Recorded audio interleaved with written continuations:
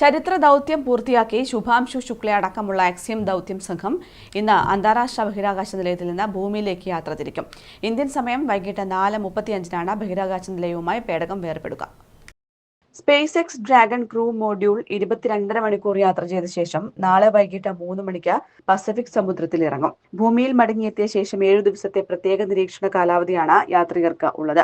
ശുഭാംശു ശുക്ല ഇന്ത്യക്ക് മാത്രമായി ISS-ൽ 7 പരീക്ഷണങ്ങളാണ് നടത്തിയതെന്നാണ് വിവരം. ആക്സിയം 4 അല്ലെങ്കിൽ മിഷൻ ആകാശ് ഗംഗ മനുഷ്യരെ ബഹിരാകാശത്തെത്തിക്കുന്ന ഇന്ത്യയുടെ ഗഗൻയാൻ ദൗത്യത്തിനായുള്ള ആദ്യത്തെ ഉറച്ച ചുവടുവയ്പ്പാണ് കണക്കാക്കുന്നത്.